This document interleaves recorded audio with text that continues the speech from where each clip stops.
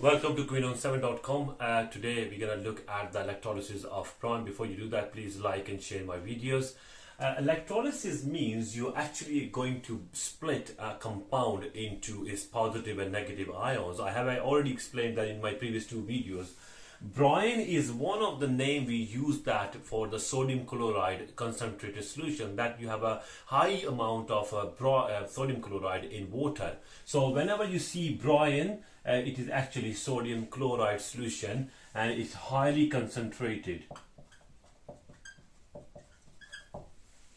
Now splitting, obviously electrolysis means you have sodium chloride, you have to break it and you have to actually convert them into sodium, metal and chlorine gas.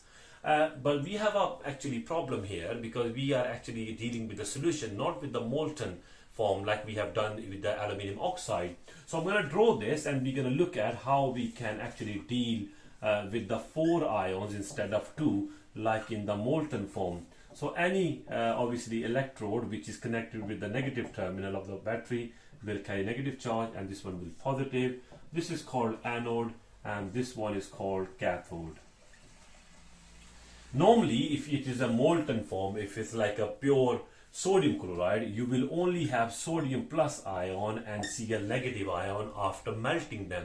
But when you say electrolysis of brine or electrolysis of aqueous solution of sodium chloride, you will have sodium and chlorine, and on the other hand you have water which will give you H positive ion and OH negative ion. So you dissolve sodium chloride in the water, so you have 2 positive ion and you have 2 negative ion there. You can imagine that aqueous solution produce 2 extra ions, and now you have to deal with them, how we can actually do that half equations on each electrode. Now it's pretty simple. Only one of them can go to the cathode. So if you have these two, one of them will go there. Now in the electrochemical series, if you have potassium, you have calcium, you have you probably have hydrogen there, and then after that you will start having like copper and platinum and gold and all of them. So hydrogen is actually less reactive than the alkali metals. So most likely the hydrogen will actually be discharged. Sodium is more reactive, so it will kick out the hydrogen out of the solution. So that's why hydrogen will actually move towards the cathode and forced by sodium to get out of the solution, because sodium is more powerful as compared to the reactivity series. The more you are on the top, it's not complete, but the more you are on top of the activity series, the more you are reactive. So sodium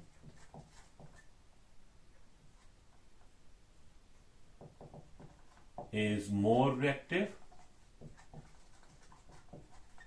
That's why hydrogen is discharged at cathode, because sodium and hydrogen, whichever is going to go towards the cathode, because they both are opposite charges. So you have to be very mindful and wiseful about that, which one is going where. Now positive means they have lack of electrons, so they have to gain more electrons. The whole purpose of doing electrolysis is to convert the ions into a normal atom. So the negative and positive ions, you need to understand why do they carry negative and positive ion. It is then you will understand it. Like I've said in my previous videos, the first part is most likely be positive and they are metals. So they will carry a positive charge on them, like sodium and a positive ion. Sodium belongs to the first group, that's why it carries +1 charge. Now because it's +1, it has lack of electrons, so it will gain that electron and you will write it on this side, and that will make sodium metal. But in this case it's not going to happen. It's just I'm using it as an example. So in this case you have hydrogen which is actually kicked out. So hydrogen will actually gain 1 electron and become hydrogen atom. hydrogen cannot stay as a single hydrogen atom. So two hydrogen ions will go there and they will combine and make hydrogen gas. Hydrogen, fluorine, chlorine, bromine, iodine, oxygen, they always make H2. So if I remove this, one hydrogen ion gaining one electron to make one hydrogen atom, two hydrogen ion will gain two electrons to make hydrogen gas. Alright, this is how you have to remember it. So out of the two positive ions, hydrogen is discharged and sodium ion stays in the solution. Then you have the cathode. Again, you have two negative ions. Now the negative ion, the type of negative ions you can have in the electrolysis are either you can have chlorine, bromine, iodine, fluorine. They all belong to the same group, group 7. The other ones are OH negative, you have nitrate ion, you have phosphate ion, and then you have sulfate ion. Now, so the competition can be between them or the competition can be between them. At the moment, the competition is between a chloride and hydroxide. Whenever you see any of them, fluorine, chlorine, bromine, iodine, is present in the solution, they will be discharged first. So they will go to the anode, and whatever the other negative ion is there will stay inside the solution. It doesn't matter. So whenever you see any of these, the other negative ion doesn't really actually matter, because the halogens have priority and they will be discharged. Now they will go to the anode because they carry negative charge, so they will go to the anode which actually carry positive charge. So you write the half equation at anode. Half equation means what will happen to the negative ion at anode. So you will write down, because chloride ion is going there, it will make chloride, because chloride means -1. It has one extra electron and that will lose that electron. Now fluorine, chlorine, bromine, oxygen and hydrogen cannot stay in the single atomic form, so they will actually, two chloride ion will make Cl2 gas, and you put Aq as aqueous, G for gas. One chloride ion lose one electron and one chlorine atom. Two chloride ion will make Cl2 gas and lose two electrons in as combined. Now what is the other product? The other products which are going to be made. Now once you have got rid of H positive ion here and you have got rid of Cl negative ion, you still have Na positive ion and you have OH negative ion in the solution. They both will combine together and they will make sodium hydroxide.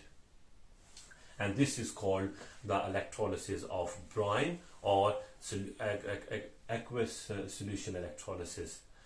You can have, instead of sodium chloride, you can have KBr. You can see my other example. As long as it's in the aqueous form, you can change this compound with any other ionic compound. It will remain the same. Hydrogen will be coming out as long as it's the alkali metals or second alkaline earth metals. And the negative part, if it's OH and NO3, OH will come out and Cl will not, the negative part is not going to come out. But because we normally deal with chloride, bromide and fluoride, so they will actually come out. Here I would like to mention one thing. They probably can ask you or cannot ask you, because OH ion is not going to discharge, it is going to combine with sodium, but it can happen when you do not have chloride, you have sulfate or phosphate, then hydroxide will be discharged. Once hydroxide is going to be discharged, what will be the product? It's very easy to predict. The hydrogen ion is converting into hydrogen, chloride into chlorine, and they are combining together in NaOH, and aluminium into aluminium metal, oxygen into oxygen. It's very easy, but very difficult one is OH negative ion, which is gonna make water and it's going to make oxygen gas. It's the aqueous, liquid and gas.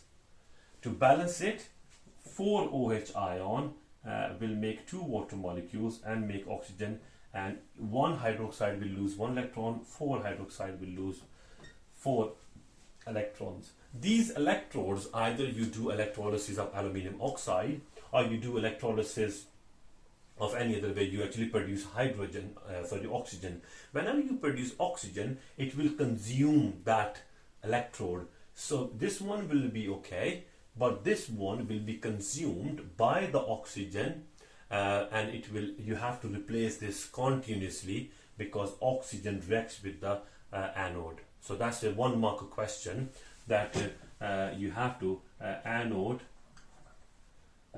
has to be replaced if O2 is produced